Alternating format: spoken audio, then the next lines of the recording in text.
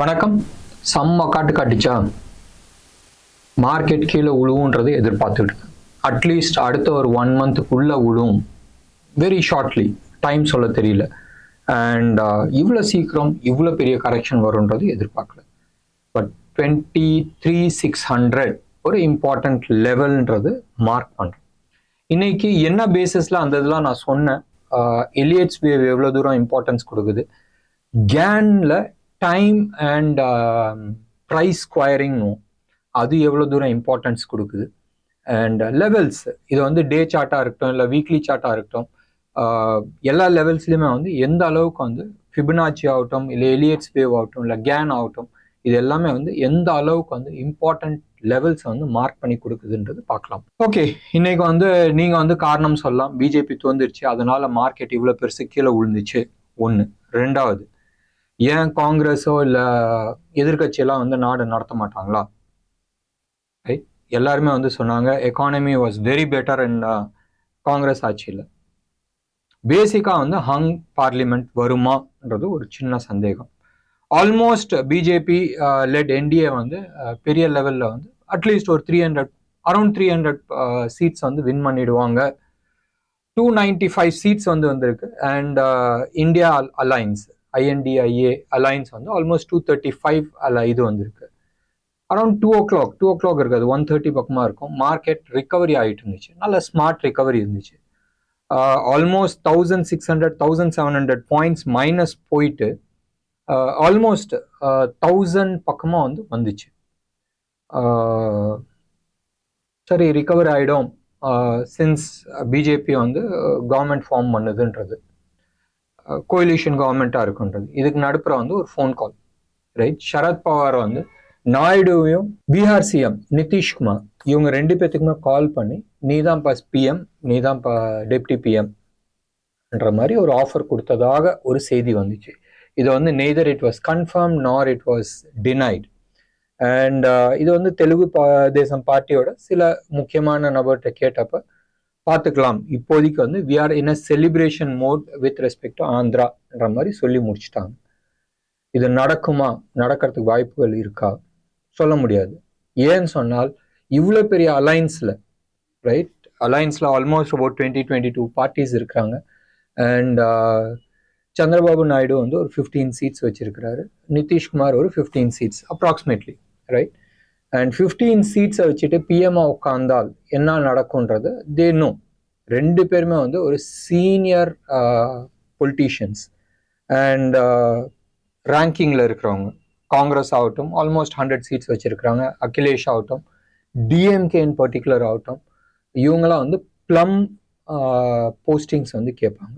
And உங்களுக்கு தெரியும் 2004 2014 வரைக்கும் என்ன நடந்துச்சுன்றது எல்லாருக்குமே தெரியும். ஒன்று, இந்த கோலிஷன் தாங்குமா? அஃப்கோர்ஸ் பிஜேபி வந்து ஆப்போசிட் பார்ட்டியில் உட்காந்துக்கிட்டு என்ஜாய் பண்ணலாம். 240 seats, right, they cannot deny. And பார்லிமெண்ட்டை வந்து டிஸ்ரப்ஷன் பண்ணுறதுக்கு நிறைய ஸ்ட்ரென்த் இருக்குது. ஒன்று. ரெண்டாவது, ராஜ்யசபாவில் அப்சல்யூட் மெஜாரிட்டிஸ் வச்சிட்டு இருக்காங்க.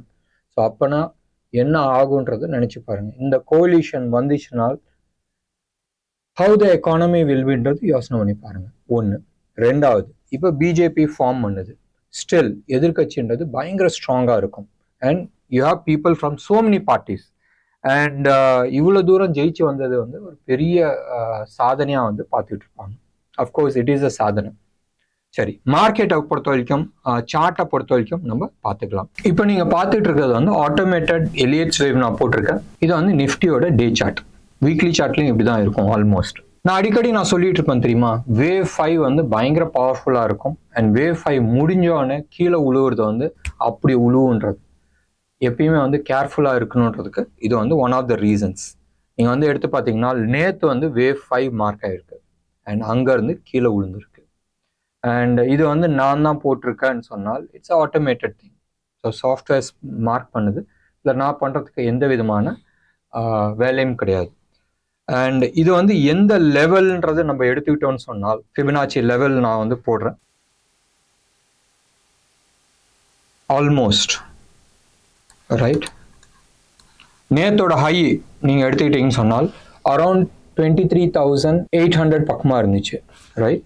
அண்ட் நம்மளோட டார்கெட் ஆஸ் பர் ஃபிபனாச்சி எடுத்திங்கன்னா 23,920. ஸோ எவ்வளோ டிஃப்ரென்ஸ்? 120 ரூபா difference.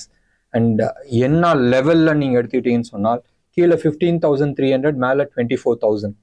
So we are talking about almost about 9,000 பாயிண்ட்ஸில் 200 பாயிண்ட்ஸ் டஸ் இட் மேட்டர்? இதுதான் வந்து எலியட்ஸ் வேவோட உங்களுக்கு மார்க்கிங்ஸ் ஒன்று. ரெண்டாவது நீங்கள் வந்து எடுத்துக்கிட்டீங்கன்னு சொன்னால் பேங்க் நிஃப்டியில் ஏற்கனவே மார்க் பண்ணி வச்சுருக்கிறேன். அண்ட் வேவ் 3 முடிஞ்சிச்சு, வேவ் 4 இதுதான் வந்து 51,600 லெவலை பற்றி நான் பேசிகிட்டு இருந்தது. நேற்று வந்த லெவல் ஆல்மோஸ்ட் 51,486. எவ்வளோ டிஃப்ரென்ஸ்? ஒரு 150 points difference. And wave 5 mark ஆச்சு. And the speed at which it has fallen மோஸ்டா இது எவ்வளோ தூரம் வரும்? Almost 80% of wave 4, right.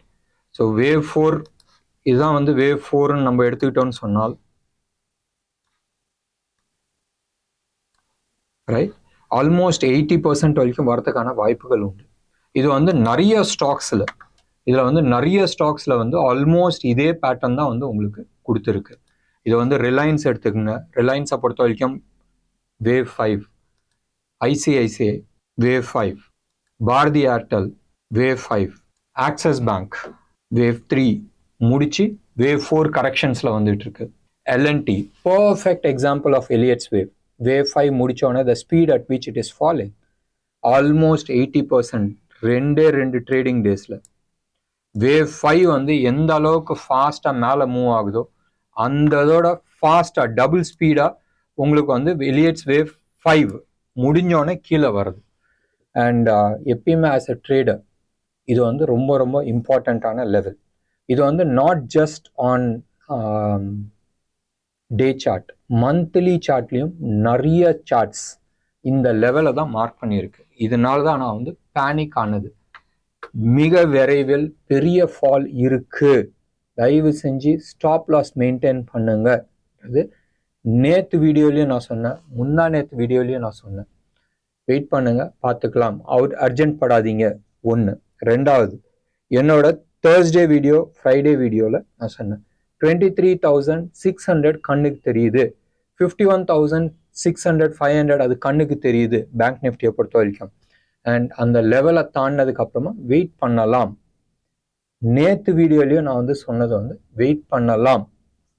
Suppose BJP ஜெயிக்கலட்னா என்ன ஆகும் யோசனை பண்ணி பாருங்கன்றது நான் சொல்லியிருந்தேன். வெயிட் பண்ணி இன்னைக்கு பொசிஷன் எடுக்காதீங்க, வெயிட் பண்ணி எலெக்ஷன் ரிசல்ட் வரட்டும், அதுக்கப்புறமா நம்ம பொசிஷன்ஸ் டிசைட் பண்ணலான்னு சொன்னதுக்கு one of the main reasons. இன்னைக்கு ஸ்டாக் ஸ்பெசிஃபிக்காக இல்லை செக்டர் ஸ்பெசிஃபிக்காக பேசுறதுல அர்த்தம் கிடையாது. Infrastructure, especially public sector enterprises and infrastructure பயங்கரமான அடி வாங்கியிருக்கு. கண்டினியூஷன் இருக்குமா? ஒன்று. ரெண்டாவது, கவர்மெண்ட்டை எக்கச்சக்கமான கேஷ் கிடக்குது. ஒன்று, இந்த ஆர்பிஐ கொடுத்த 2.25 லட்ச ரூபா, 2,11,000 கோடி இன்கம் டேக்ஸ் கலெக்ஷன் ஹெவியாக இருக்குது, நான் இன்கம் டேக்ஸ் கலெக்ஷன்ஸ் ஹெவியாக இருக்குது. இது எல்லாம் இருக்கும் போதும் எந்த கவர்மெண்ட் உள்ளே வந்தாலும் அது வந்து இந்தியா அலைன்ஸ் ஆகட்டும் இல்லை என்டிஏ ஆகட்டும் அள்ளி கொடுக்க போகிறாங்க. ஃப்ரீ பீஸ் நிறைய இருக்கிறதுக்கான வாய்ப்புகள் இருக்குது. உங்களுக்குலாம் டெவலப்மெண்ட்லாம் வேணாம்ப்பா, ஃப்ரீ தானே பண்ணலான்ற லெவலுக்கு பிஜேபியும் பண்ணுறதுக்கான வாய்ப்புகள் நிறைய இருக்குது. பார்க்கலாம் ஹவு அடுத்த ஒரு 1 வீக்கில் வந்து ஸ்பேன் அவுட் ஆக போகுது, யார் கவர்மெண்ட் ஃபார்ம் பண்ண போகிறாங்க. முக்கியமாக கவனிக்க வேண்டிய விஷயம் 2 விஷயம். ஒன்று, நம்ம ஊர் சமாச்சாரத்தை பற்றி பேசிக்கலாம். 6ஆம் தேதி 7ஆம் தேதி இன்னைக்கு ஆர்பிஐ பாலிசி இருக்குது. ஒன்று, அதில் வந்து இன்ட்ரெஸ்ட் ரேட் கட் பண்ண போகிறாங்களான்றது பார்க்கணும். நாளைக்கு வந்து யூரோப்பியன் யூனியனில் சென்ட்ரல் பேங்க் வந்து அவங்க இன்ட்ரெஸ்ட் ரேட் பற்றி பேசுகிறாங்க. அண்ட் யூஎஸோட ஜாப் டேட்டாவும் இருக்குது ஃப்ரைடே இன்னைக்கு.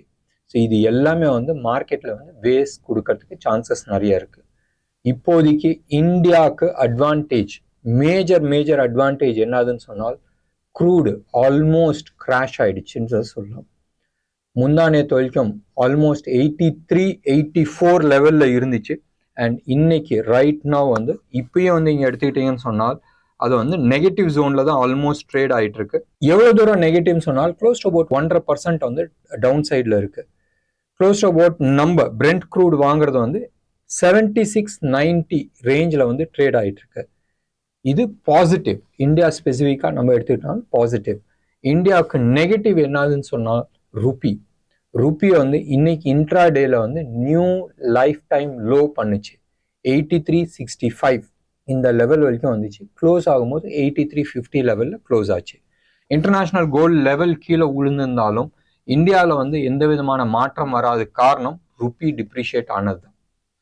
வெயிட் பண்ணி பார்க்கலாம் அடுத்த 2-3 நாளில் வந்து மார்க்கெட் என்ன சொல்ல போகுதுன்றது. டெஃபினட்டாக நிறைய பேருக்கு வந்து ஹெவி ப்ளீடிங் இருந்திருக்கும்.